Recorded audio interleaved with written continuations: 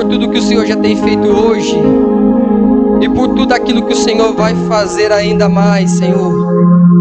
Senhor Jesus, está aqui o teu servo, o irmão Rodrigo, que já está na tua presença, nas tuas mãos. Quero te pedir, Senhor, em nome de Jesus, que o Senhor venha estar usando ele mais uma vez poderosamente, com unção, meu Deus, e com graça, com sabedoria, com ousadia e com autoridade e com a unção do Espírito Santo. Deus, assim como o Senhor falou conosco ontem à noite, eu acredito, meu Pai, que não vai ser diferente. Eu creio, meu Deus, que o Senhor ainda tem mais para nos oferecer, Senhor, e está aqui, Senhor, um coração aberto para receber a tua palavra, Senhor, para ouvir a tua voz. Deus, fala comigo, Senhor Espírito Santo, fala comigo através da tua palavra, não aquilo, ó Deus, que eu quero ouvir, mas assim aquilo que eu preciso de ouvir da parte do Senhor. Deus, é aquela palavra, Senhor, que traz o morto que está, meu Deus, na sepultura, é aquela palavra, Senhor, que o Senhor libera aqui para aquele que é leproso, o leproso é curado, é aquela palavra, meu Deus, que o paralítico, meu Deus, já há tantos anos na cadeira de roda, mas a palavra que é liberada pela boca do Senhor, o paralítico anda. Meu Deus, ainda é a palavra que transforma, ainda é a palavra que restaura. Espírito Santo de Deus, fala com a tua igreja, fala com os irmãos do círculo de oração, fala com os jovens, Senhor, fala conosco, Deus, de uma forma especial, e que nós viemos sair daqui, meu Deus, edificados na tua palavra. É o que eu te peço e te agradeço em nome de Jesus.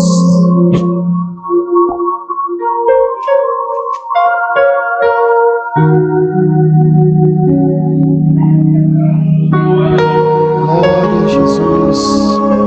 Meus irmãos, eu saúdo a igreja com a paz do Senhor. Os irmãos podem se assentar para a glória de Deus. Meus irmãos,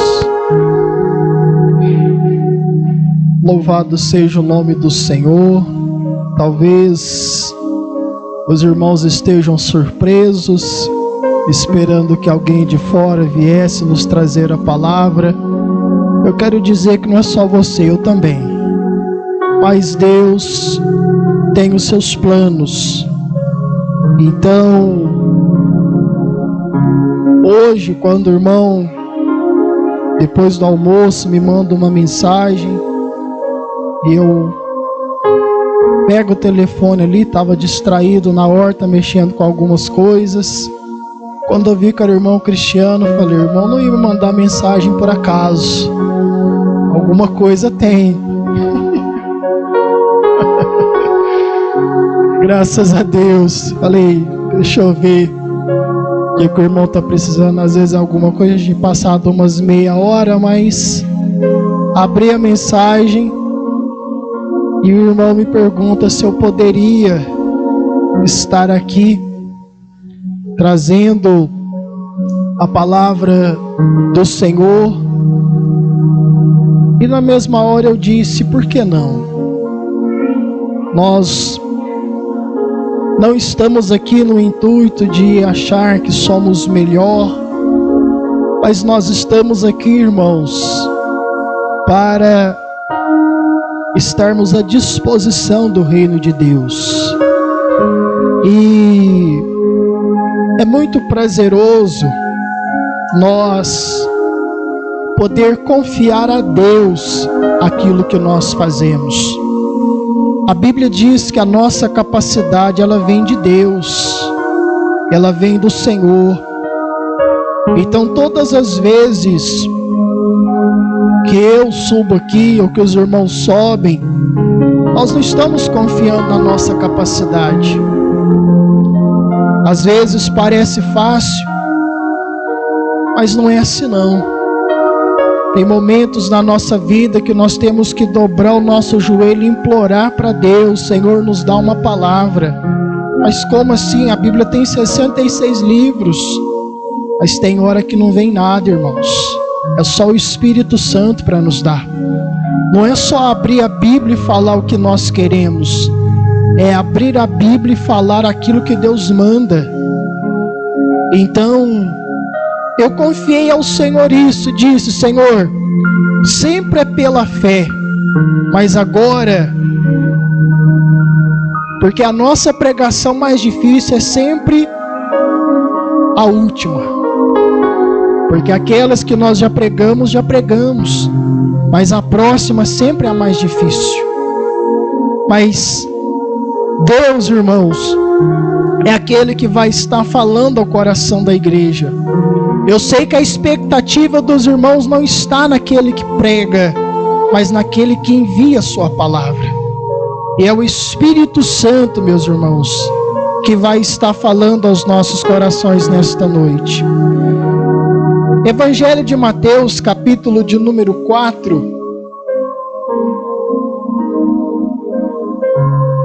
versículo de número 12.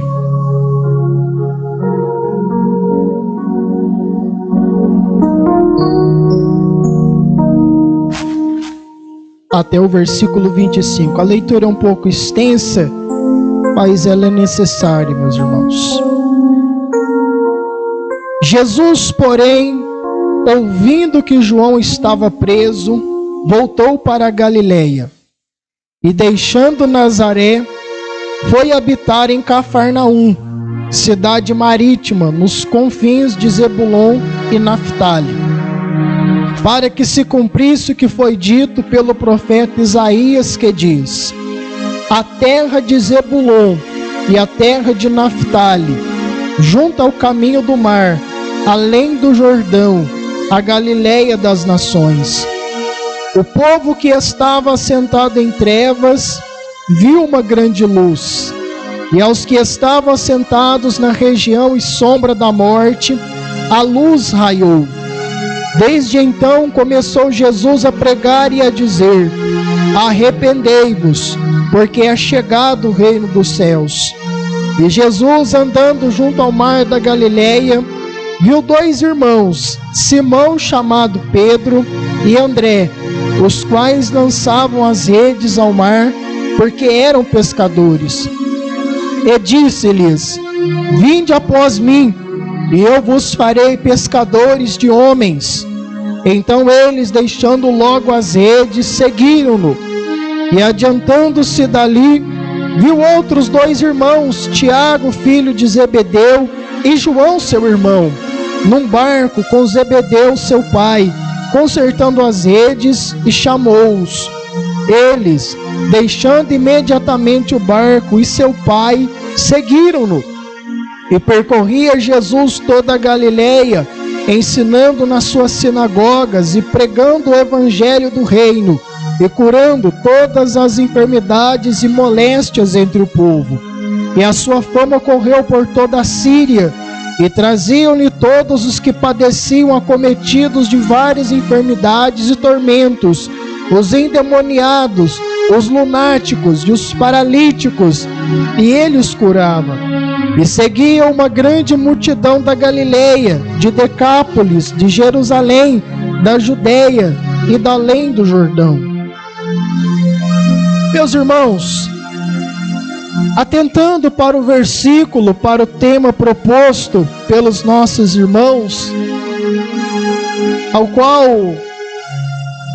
uma palavra maravilhosa e especial dita pelo Senhor Jesus Cristo, mas como um versículo ele pode ser dividido em várias partes, em pontos, vírgulas,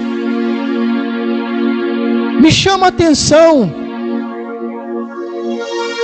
não apenas o fato de Jesus dizer: eu sou a luz do mundo, mas a parte B daquele versículo também está escrito: aquele que me segue, aquele que vem após mim. Jesus, ao iniciar o seu ministério após a tentação no deserto, ele, sabendo da prisão de João, ele volta para a Galileia, deixando Nazaré, a sua cidade onde ele se criou, onde ele cresceu. Jesus nasceu em Belém, mas a sua vida, a sua infância, o seu crescimento foi na cidade de Nazaré. Ele então passa a habitar em Cafarnaum, uma cidade marítima. Saindo de Nazaré, ele vai morar nesta cidade. E a Bíblia diz que a maior parte dos seus milagres ele operou nessa cidade. Uma cidade que viu proezas e maravilhas da parte de Deus. Mas aqui já começando, irmãos, eu já aprendo algumas coisas na cidade de Cafarnaum. Porque a mesma cidade que Jesus operou a maior parte dos seus milagres, também foi uma cidade onde menos as pessoas atentaram para a sua pregação. Nós vemos que em Cafarnaum, poucas pessoas aceitaram a mensagem do Evangelho de Cristo. Tanto que quando Jesus pronuncia juízo contra esta cidade, aprendemos que muitas vezes pessoas verão milagres, pessoas verão Deus operando, e mesmo assim não tomarão a decisão de seguir a Jesus.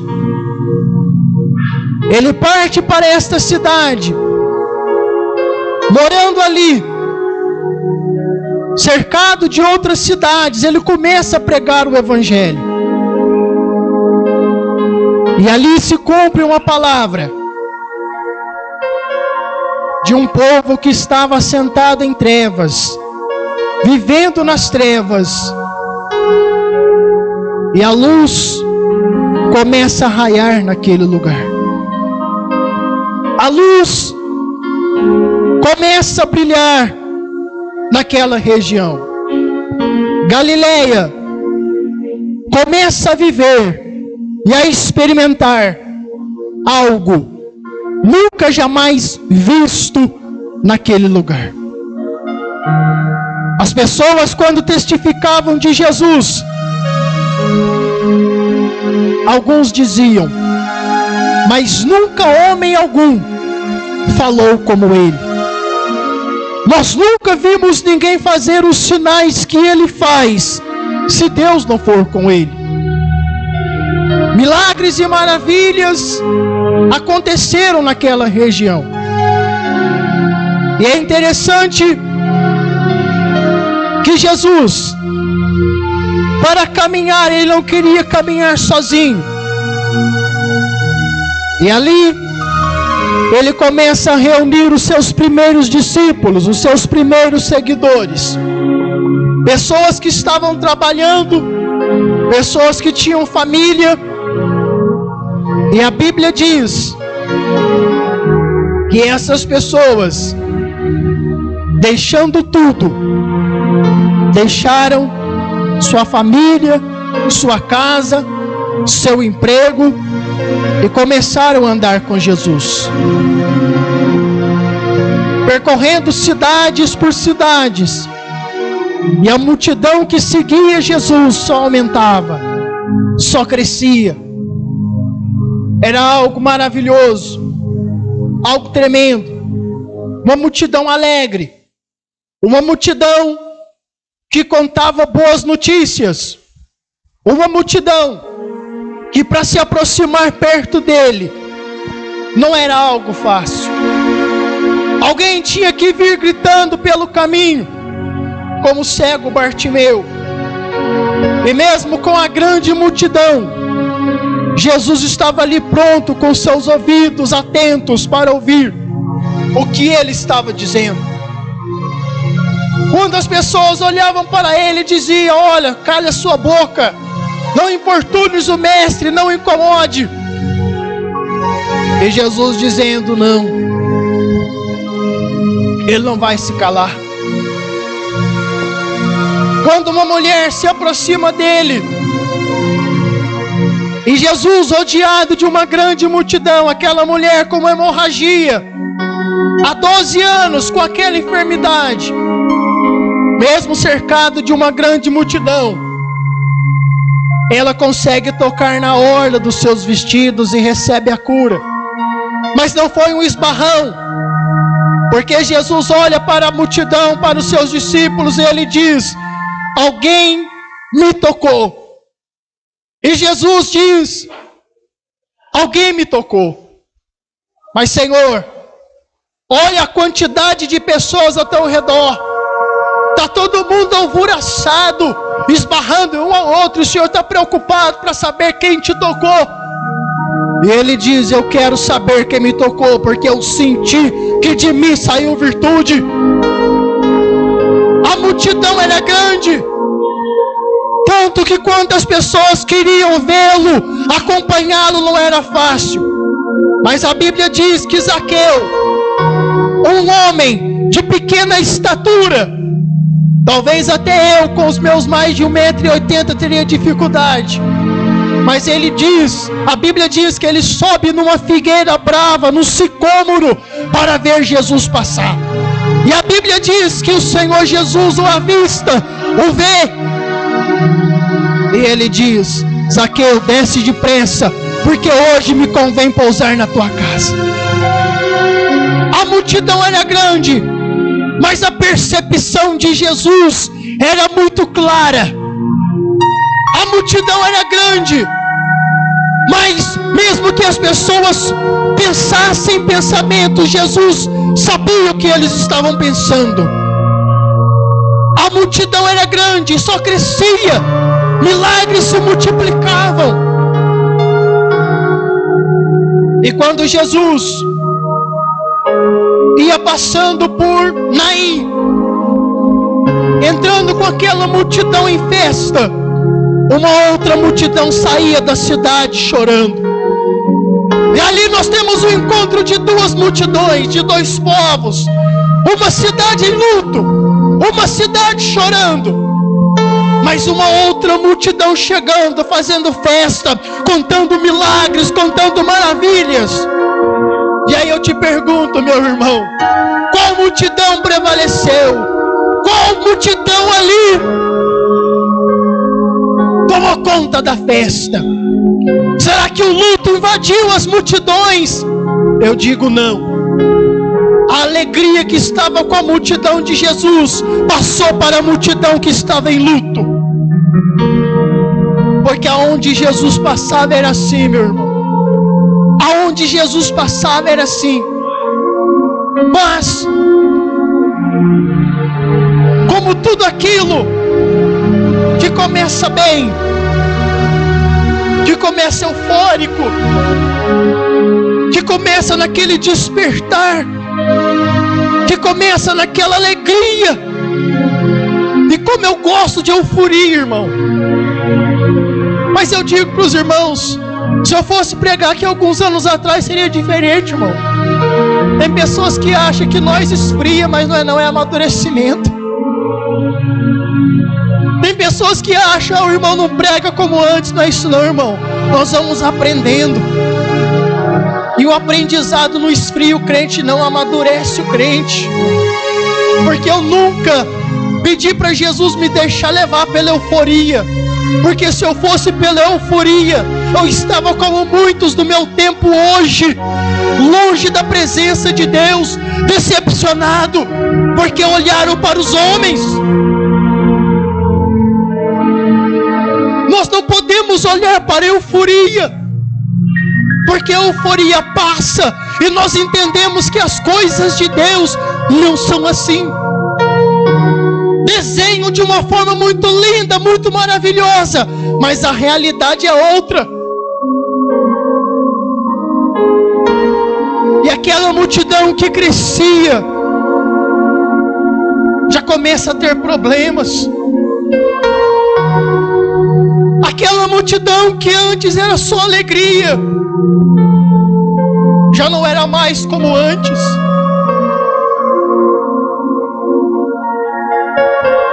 Um dia, quando o Senhor Jesus, Ele coloca o seu povo ali para ouvir, as pessoas já começavam a dizer: não era desse jeito, Ele não era assim. As pregações dele eram até boas, mas hoje não estou gostando mais. Jesus termina o discurso, e a Bíblia diz que muitos dos seus discípulos se tornaram para trás. Já não queriam mais andar com ele. João 6, capítulo 66. A Bíblia diz que o Senhor Jesus, Ele se volta para os 12 que Ele escolheu, e Ele diz: olha, estou vendo aqui que o povo começou a ir embora. A multidão começou a me abandonar. Mas eu tenho uma pergunta para vocês. Vocês também querem se retirar? Mas Pedro, naquele momento, ele diz: Senhor, para que iremos nós? Só o Senhor tem as palavras de vida eterna.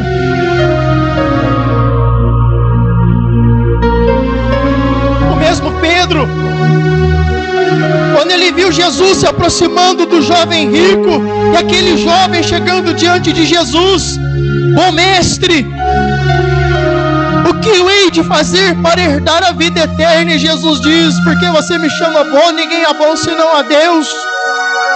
Você sabe os mandamentos? Sim, eu sei. Sei recitá-los de cor. E Jesus diz: muito bem, mas ainda te falta uma coisa, meu filho.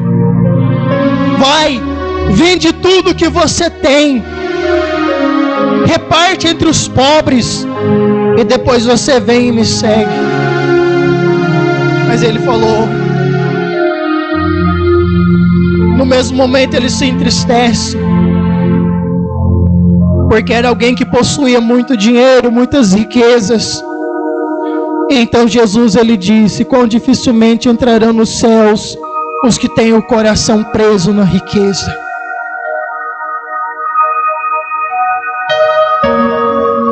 E o mesmo Pedro, ele olha para Jesus e diz: Senhor, se a condição é essa, ninguém pode ser salvo. E o Senhor Jesus diz: aquilo que é impossível aos homens é possível a Deus. Mas Senhor, nós deixamos tudo. Nós deixamos casa, deixamos família, deixamos emprego para te servir. O que nós vamos ganhar com isso?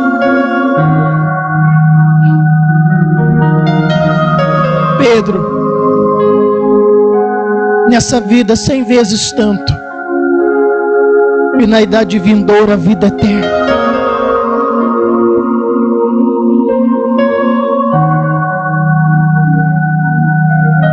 Irmãos,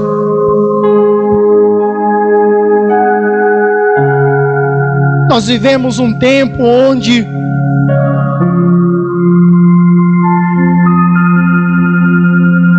há tanto abandono. Quando lemos as cartas do apóstolo Paulo,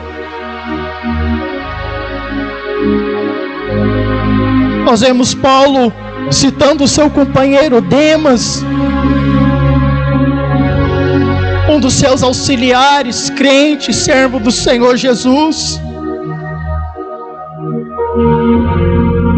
Mas passam-se os anos, E Paulo vai escrever a Timóteo, próximo da sua morte, dizendo: Demas me desamparou,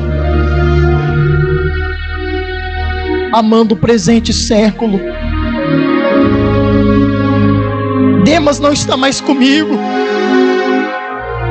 Demas não é mais crente.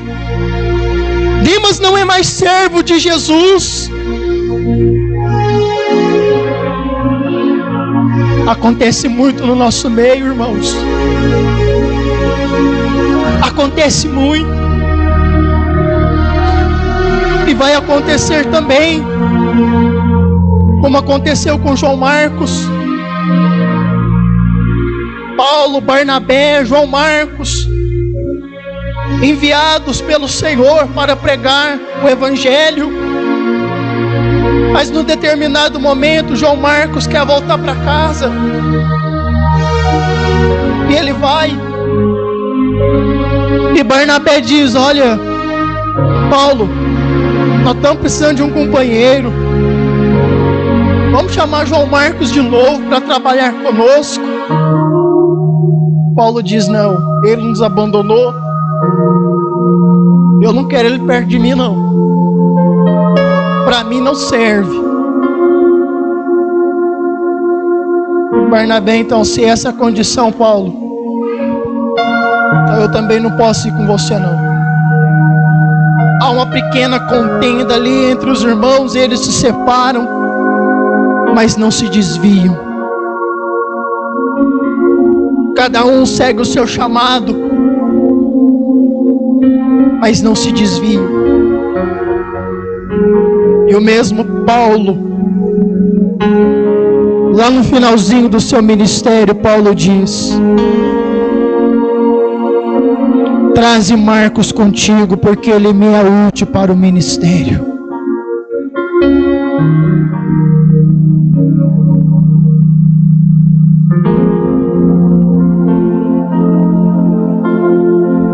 Há tantos assim, meus irmãos. Mas Jesus falou: aquele que me segue, aquele que anda comigo, terá a luz da vida. Mas preste atenção num fato. Por que que tantos têm deixado essa luz apagar? Por que que tantas pessoas têm deixado a luz de Cristo ser ofuscada na sua vida? Eu fico me perguntando às vezes: Senhor, cadê o brilho daquele irmão, daquela irmã, Senhor?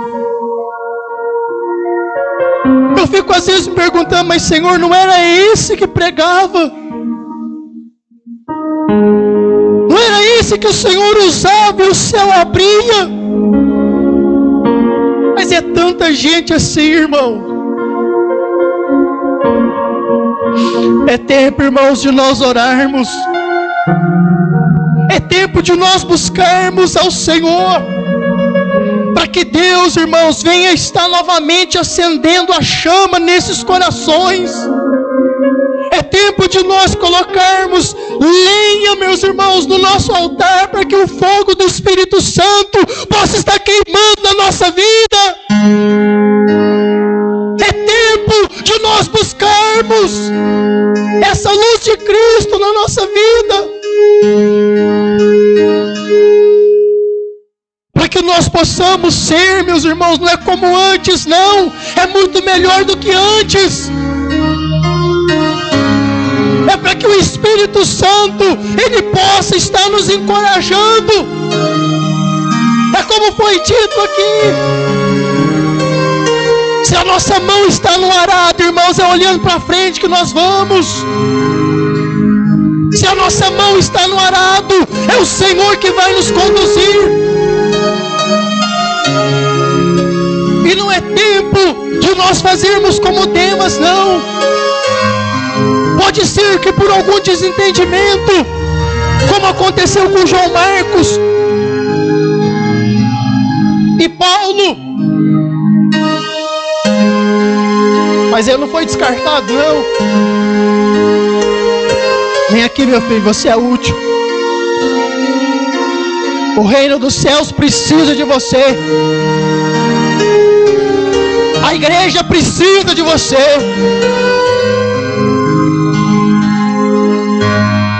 O reino dos céus é mais forte com a sua presença. Ibalabassuri canta labai. Ibalabassuri canta labai. Ah, meus irmãos, Deus não fez crente descartável, não. Deus fez vaso. Deus colocou vaso. Ah, mas eu não sirvo mais. Deus está dizendo: serve. Serve. Soldado experiente serve para ajudar soldado novo, inexperiente na batalha.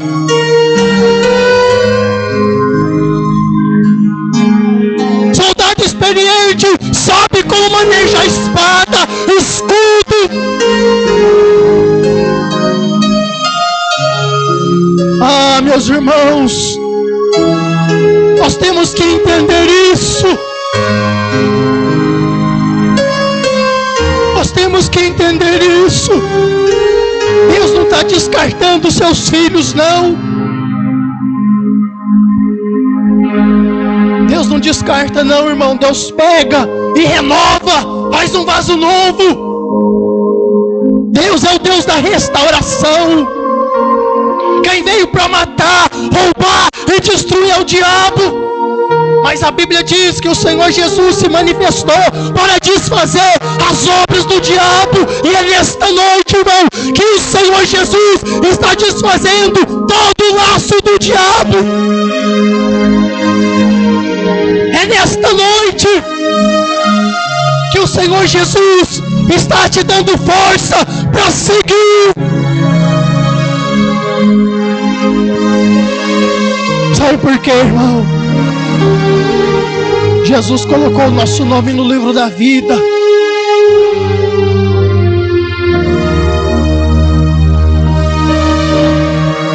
O nosso nome está escrito lá.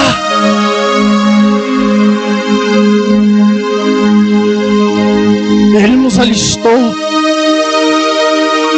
E mesmo que a multidão aqui foi acabando, e olha lá no final,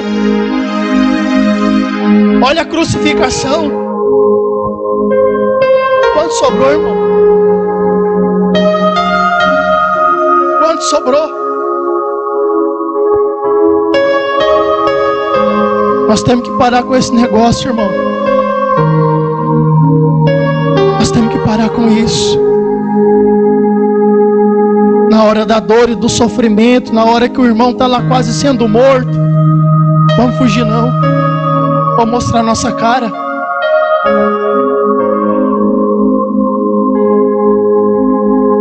Não, eu não conheço não. Não sei quem que é não.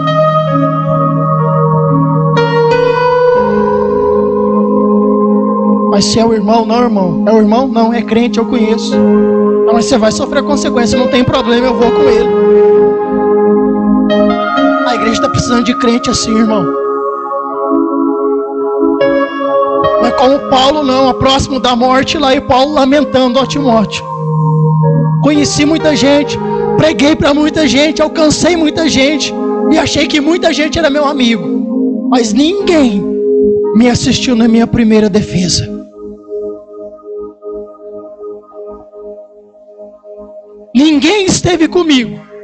E se Paulo para lamentar, irmão, é porque tinha gente que tinha condição de estar lá. Alguém tinha condição de estar lá e não foi. Mas imagina se era uma festa, se ia faltar alguém.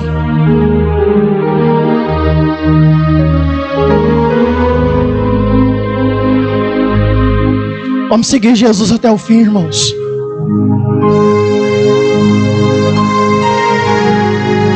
Tem crente que vai sofrer. Alguns vão ser crucificados. Mas não vamos nos omitir não. Vamos com Ele.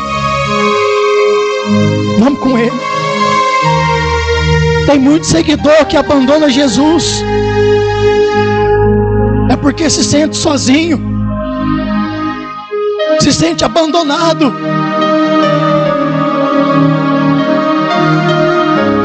Mas vamos, irmãos, aprender que Jesus, Ele quer unidade no meio do seu povo. Ele quer que nós venhamos a compreender que se um membro padece, todos os membros padecem com ele. E se um membro é honrado, todos os membros são honrados com ele. Isso é seguir Jesus, meus irmãos. A multidão aqui foi só diminuindo. Começou grande,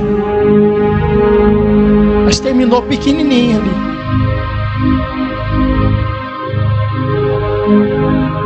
Porque as pessoas, muitos só estavam interessados em milagres. Mas quando veio a perseguição, quando as coisas começaram a apertar,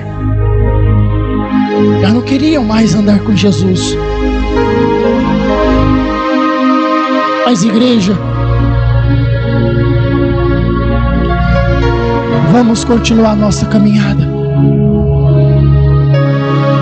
Vamos continuar. Até onde isso vai dar, eu não sei. Quais as consequências, eu não sei. Eu só sei de uma coisa, irmão: Ele estará conosco até a consumação dos séculos. O que nós vamos passar, eu não sei. Mas o que eu quero só saber é se Jesus vai estar conosco ou não. Mas Ele diz que vai estar conosco. E se a presença dEle está conosco, irmão, basta. Podemos passar pelo que for, mas o mais importante, Deus está conosco. O Senhor está presente no nosso meio. E o que mais importa, irmão, é a presença de Deus. Não importa aquilo que nós vamos passar, mas Deus vai estar conosco. Que possamos, irmãos, ficar firmes. Que possamos continuar.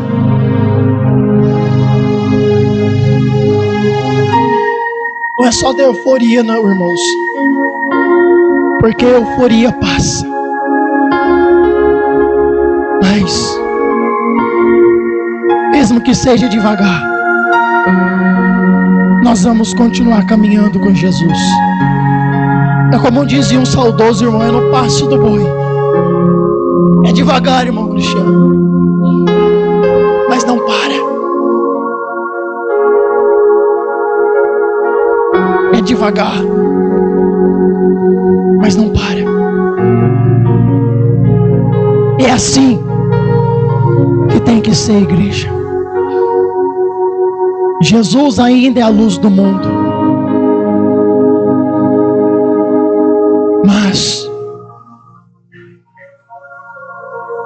que essa luz ela brilhe forte na nossa vida, que essa luz brilhe forte em nossos corações.